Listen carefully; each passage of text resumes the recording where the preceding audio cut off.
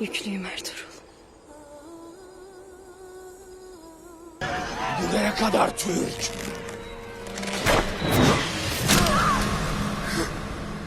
Al.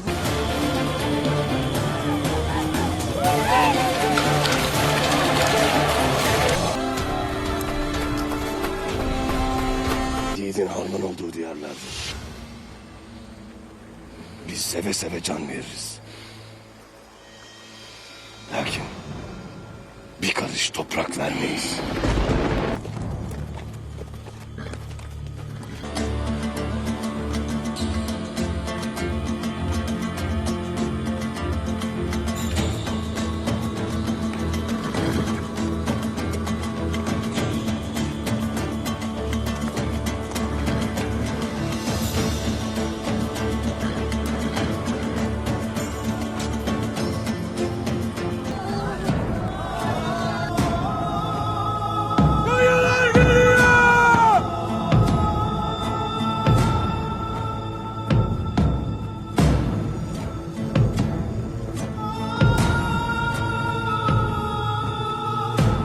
Kaya?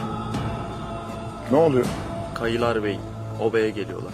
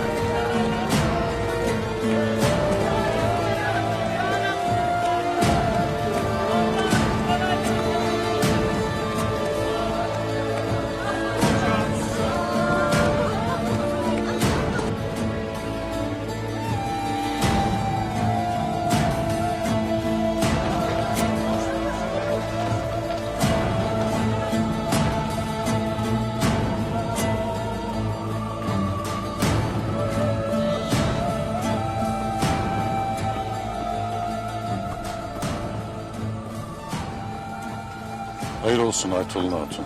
Hayır değil bu Artuk Bey. Söyle hemen şifa çadırında hazırlıklara başlasınlar.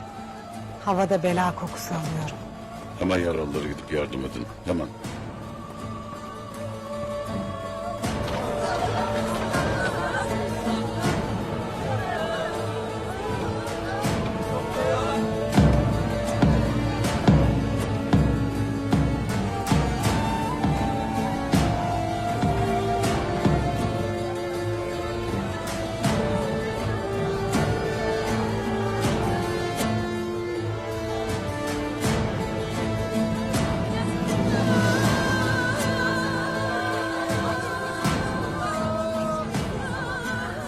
Hayma Hatun. Kadının